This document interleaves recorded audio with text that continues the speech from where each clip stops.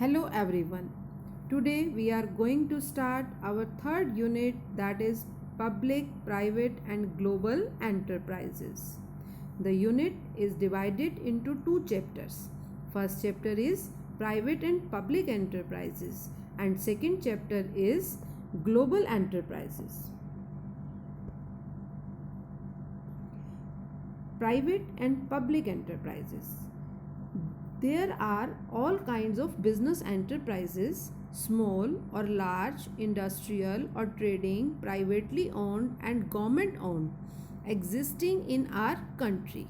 These organizations affect our daily economic life and therefore become part of the Indian economy.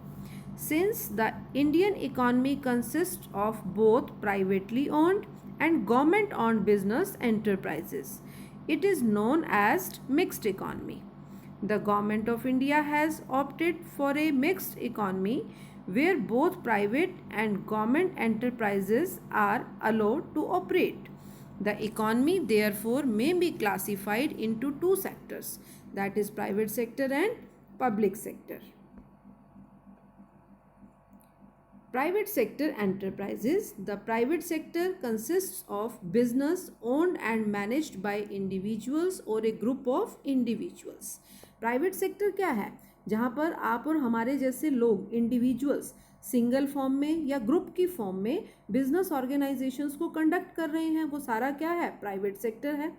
और private sector के जो various forms हैं उनको हम unit 2 में ऑलरेडी डिस्कस कर चुके हैं. The various forms of organization in private sector are: one is sole proprietorship, partnership, joint Hindu family business, cooperative societies, company or we can say joint stock company, and multinational companies or corporations. First 5 forms of business are already discussed in the unit 2 and chapter 3.2 is multinational corporations, जिसे हम next session में discuss करेंगे. Now come to the concept of public sector enterprises. Private sector enterprises जो कि हम already discuss कर चुके हैं और अब हमने बहुत अच्छे से सीखना क्या है, पब्लिक सेक्टर एंटरप्राइजेस क्या हैं, उनके क्या फॉर्म्स हैं, उनके फीचर्स, मेरिट्स, उन सब के बारे में हमने इस यूनिट में डिटेल में स्टडी करना है. The public sector consists of various organizations owned and managed by the government. अब प्राइवेट सेक्टर्स को कौन मैनेज कर रहा था? Owned and managed by the individuals और ग्रुप ऑफ इंडिविजुअल्स, अभी मैंने आपको बताया. लेकिन पब्लिक सेक्टर को कौन मैनेज कर रहा है, कौन उसका ऑनर है? वो है government. These organizations may either be partly or wholly owned by central और state government. ये पब्लिक सेक्टर एंटरप्राइजेज जो हैं उनको किसी स्टेट की गवर्नमेंट अकेली भी हैंडल कर सकती है, स्टेट और सेंट्रल की गवर्नमेंट मिलकर ज्वाइंटली भी इस एंटरप्राइज को हैंडल कर सकती हैं. दे में also be part of a ministry और come into existence by a special act of the parliament. इनको कंडक्ट करने के लिए एक मिनिस्ट्री भी बनाई जा सकती है. यानी कि आपको ये बातें आप बहुत पहले अपनी सोशल स्टडीज़ में पढ़ चुके हो कि हमारी जो गवर्नमेंट है वो अलग अलग डिपार्टमेंट्स बनाती है. उन डिपार्टमेंट्स को कौन हैंडल करते हैं? कंसर्न मिनिस्टर्स उनको हैंडल करते हैं. जैसे एजुकेशन मिनिस्टर है, हेल्थ मिनिस्टर है, फाइनेंस मिनिस्टर है. इनके अंडर एक पर्टिकुलर डिपार्टमेंट काम करते हैं. और कुछ ऐसे डिपार्टमेंट्स होते हैं जिनको हम पार्लियामेंट की हेल्प से जो है जिनको एस्टैब्लिश करते हैं. ये सभी किसका पार्ट है? पब्लिक सेक्टर एंटरप्राइजेस का पार्ट है.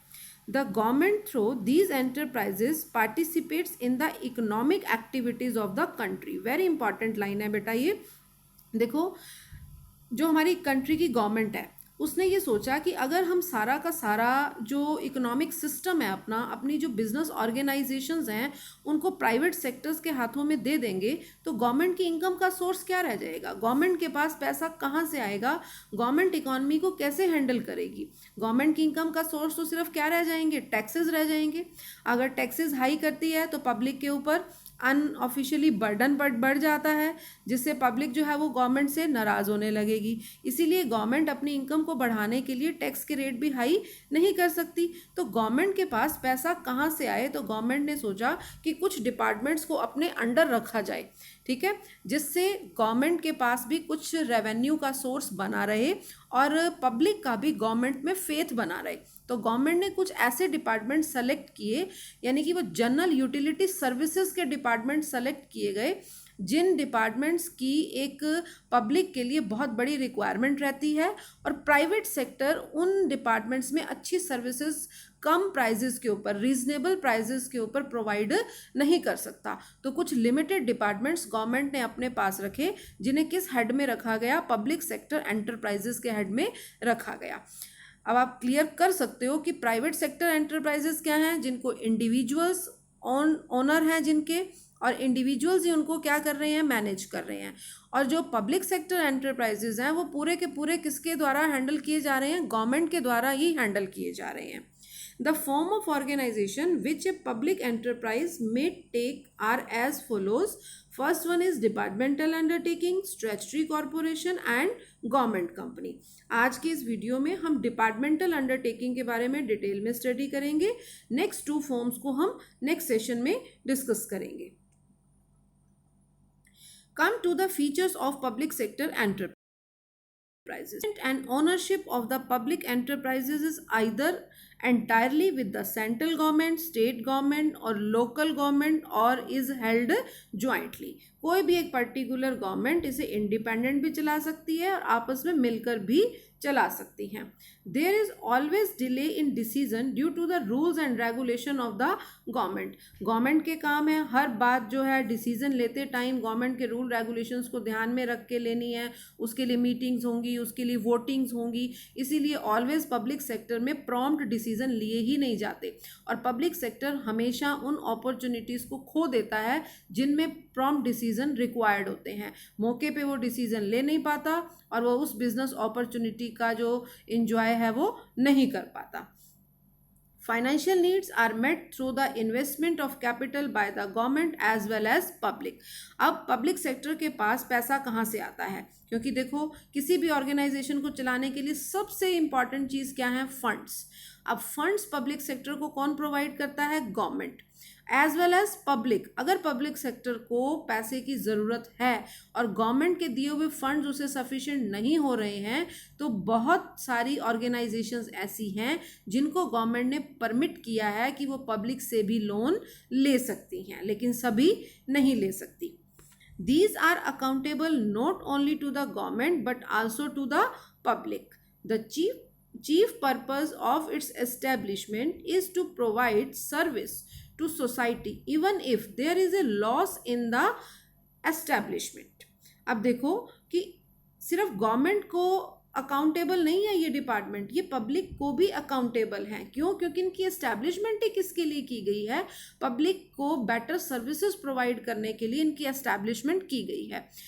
इन्हें पब्लिक को अच्छी सर्विसेज प्रोवाइड करनी होती हैं चाहे इनको लॉस ही क्यों ना हो जाए। These are the main features of the public sector enterprises. Now come to the first form of public sector enterprises. अभी हमने डिस्कस किया कि there are three forms of public sector enterprises. One is departmental undertakings, second is statutory corporation, and third one is government company. Now come to the very first form of public sector enterprises, that is departmental undertaking. It is very important in this unit. This is the oldest and most traditional form of organizing public enterprise. These enterprises are established as departments of the ministry and are concerned part or an extension of the ministry itself. The government functions through these departments and the activities performed by them are an integral part of the functioning of the government. They have not been constituted as autonomous or independent institutions and as such are not independent legal entities. They act through the officers of the government and its employees are government employees. These undertakings may be under the central or the state government and the rules of central state government are applicable. Examples of these undertakings are Doordarshan, telephone services, all India radio, post office and Indian railways. Come to the features of departmental undertaking.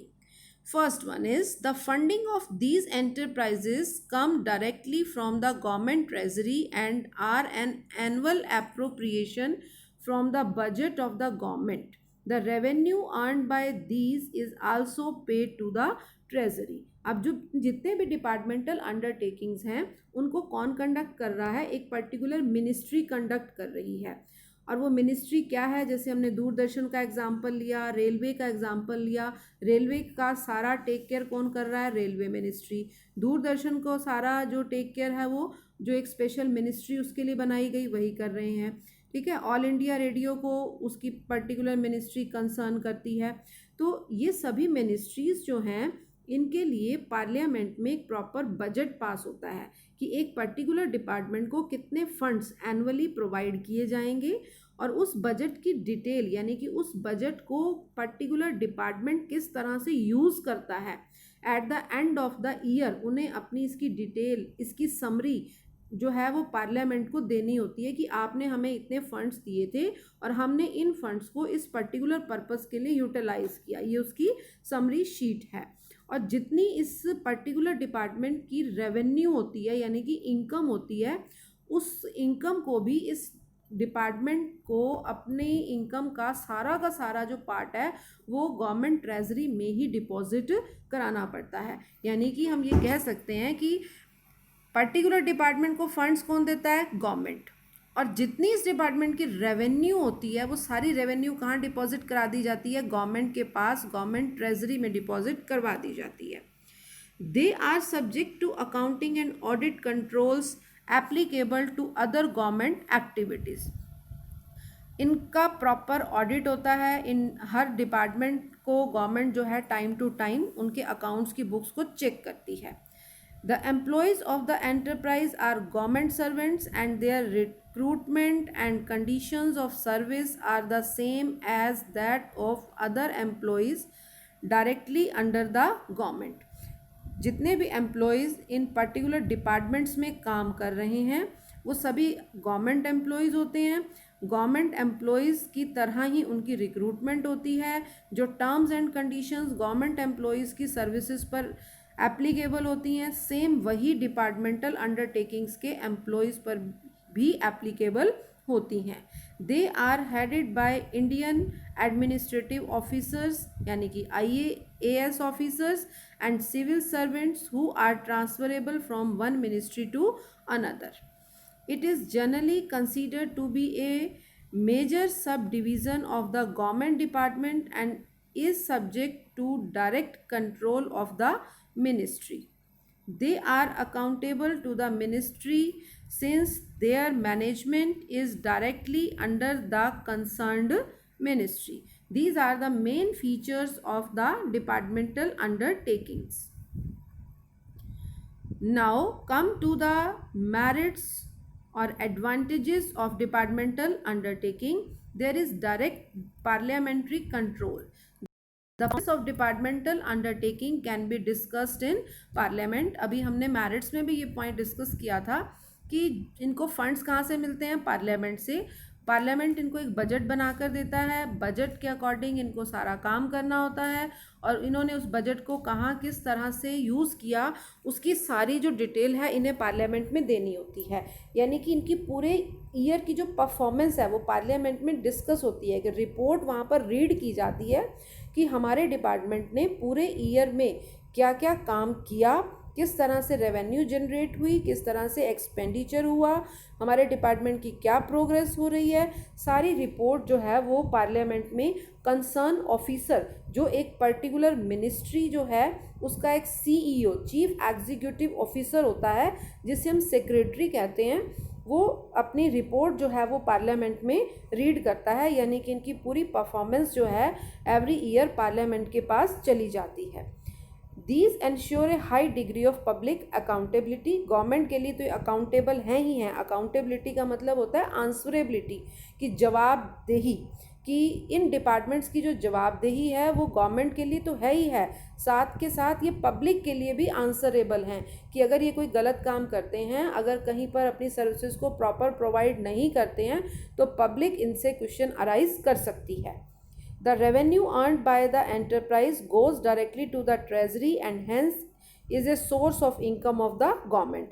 हमने ये बात पहले भी discuss की है कि government ने public sector enterprises बनाए ही क्यों, क्योंकि गवर्नमेंट ये चाहती थी कि उसकी इनकम जो है वो इंक्रीज़ हो जाए।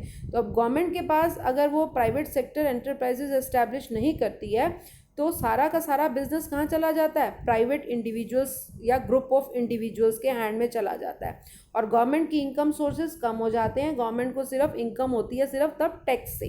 तो गवर्नमेंट ने अपनी इनकम को इंक्रीज करने के लिए किसकी एस्टैब्लिशमेंट की, पब्लिक सेक्टर एंटरप्राइजेस की एस्टैब्लिशमेंट की, क्योंकि पब्लिक सेक्टर एंटरप्राइजेस को अगर गवर्नमेंट ग्रांट प्रोवाइड कर रही है, फाइनेंशियल हेल्प फंड्स प्रोवाइड कर रही है, तो जितनी भी रेवेन्यू जनरेट होती है पब्लिक सेक्टर एंटरप्राइजेस से वो सारी की सारी कहाँ डिपॉजिट होती है, गवर्नमेंट ट्रेजरीज में डिपॉजिट होती है। यानी कि गवर्नमेंट का जो फाइनेंस का जो अकाउंट है सारा का सारा वहाँ जो मनी है वो डिपॉजिट हो जाता है। Where national security is concern this form is most suitable since it is under the direct control and supervision of the concerned ministry। जहाँ पर बहुत ज़्यादा मतलब नेशनल सिक्योरिटी जैसे डिफेंस का एग्जांपल ले सकते हो, ठीक है, ज़रूरत है नेशनल सिक्योरिटी की, वहाँ पर जो है पब्लिक सेक्टर एंटरप्राइजेस का होना बहुत ही कंपलसरी है। तो इसीलिए इस टाइप की डिफेंस टाइप की जो हमारी इंडस्ट्रीज़ हैं उनको किसके अंडर रखा गया है, डिपार्टमेंटल अंडरटेकिंग्स के अंडर ही रखा गया है। Come to the limitations. This form of organization suffers from serious drawbacks, some of which are as follows. Departmental undertakings fail to provide flexibility, which is essential for the smooth operation of business. अभी हमने ये बात पीछे भी discuss की है कि departmental undertakings जो है वो क्विक डिसीजन, प्रॉम्प्ट डिसीजन नहीं ले सकते। क्यों? क्योंकि डिपार्टमेंटल अंडरटेकिंग्स में कोई भी डिसीजन लेना है तो पर्टिकुलर मिनिस्ट्री की सभी जो मिनिस्ट्री के जो मेंबर्स हैं उनकी मीटिंग्स होंगी, वोटिंग्स होंगी, रेजोल्यूशन पास आउट होंगे, गवर्नमेंट के रूल्स एंड रेगुलेशंस के अकॉर्डिंग डिसीजन लिए जाएंगे और प्रॉम्प्ट डिसीजन नहीं लिए जा सकते। और प्रॉम्प्ट डिसीजन लेना बिजनेस के लिए बहुत ही ज़रूरी होता है। The employees or heads of departments of such undertakings are not allowed to take independent decision without the approval of the ministry concerned. This leads to delays in the matter where prompt decisions are required. First point से इसको correlate कीजिए कि जैसे कि हमारे business में flexibility नहीं होती है, ठीक है, क्यों नहीं हो पाती, क्योंकि हम प्रॉम्प्ट डिसीजन ले नहीं पाते और हमारे बिजनेस को इसकी वजह से बहुत सारे लॉस उठाने पड़ते हैं। This is red tapism in day to day operations and no action can be taken unless it goes through the proper channels of the authority. कोई भी डिसीजन लेना है तो पहले मतलब अगर एक पर्टिकुलर पर्सन को डिसीजन लेना है और उसके ऊपर 4 बॉस हैं तो उन 4 बॉस से वो परमिशन लेगा तब वो पर्टिकुलर डिसीजन ले सकता है। यानी कि वही बात रहेगी कि क्विक एंड प्रॉम्प्ट डिसीजन नहीं हो सकते। रेड टैपिज्म रहता है कि एक सिंगल पर्सन को कोई भी अथॉरिटी नहीं होती कि वो अपने लेवल पर कुछ इम्पॉर्टेंट डिसीजंस ले सके। चैनल में जो भी काम होगा वो प्रॉपर चैनल से होगा। There is a lot of political interference through the ministry. These organizations are usually insensitive to consumer needs and do not provide adequate services to consumers. Consumers की जो really needs हैं, बनाए तो ये public welfare के लिए गए हैं डिपार्टमेंट्स, लेकिन जो कंज्यूमर की रियल नीड्स हैं उनकी तरफ ये 100% फोकस नहीं कर पाते और कंज्यूमर नीड्स को पूरी तरह से सेटिस्फाइड नहीं करते हैं। Now come to the utility of departmental undertakings. The utility of departmental undertakings exhibits itself in the following situations: where the complete control of the government is essential for public welfare, where secrecy plays a vital role, for example defense industry, where services for the public utility are to be made available and the contribution of the private sector is nil. Very important point, case studies में बहुत काम आता है ये point कि ऐसा area जहाँ पर प्राइवेट सेक्टर अपनी सर्विसेज प्रोवाइड ही नहीं कर सकता, वहाँ पर कौन इम्प्लीमेंट होता है? पब्लिक सेक्टर इम्प्लीमेंट होता है. Where heavy investment is involve without any guarantee of profit. जिन एरियाज़ में बहुत पैसे की ज़रूरत है, बहुत हैवी इन्वेस्टमेंट चाहिए, जहाँ पर प्राइवेट सेक्टर अपना पैसा नहीं लगाता, क्योंकि more capital more risk then more profit. ठीक है. अब ऐसे बहुत सारे एरियाज़ होते हैं बिजनेस फील्ड के अंदर कि जहाँ पर हैवी इन्वेस्टमेंट की ज़रूरत है, यानी कि मोर कैपिटल की ज़रूरत है और मोर रिस्क है. ठीक है. और गारंटी नहीं है कि वहाँ पर प्रॉफिट होगा या नहीं होगा उन प्रोजेक्ट्स में, तो वहाँ पर पब्लिक सेक्टर अपना पैसा लगाने से डरता है. तो वहाँ पर किन सेक्टर्स को पुट किया जाता है? पब्लिक सेक्टर्स को पुट किया जाता है. क्यों? क्योंकि वो ऐसे सेक्टर्स हैं जो पब्लिक वेलफेयर के लिए नेसेसरी हैं, उनको एस्टैब्लिश करना पड़ता है. किसके लिए? पब्लिक वेलफेयर के लिए. These are the some points regarding the utility of departmental undertakings. Thanks for watching this video.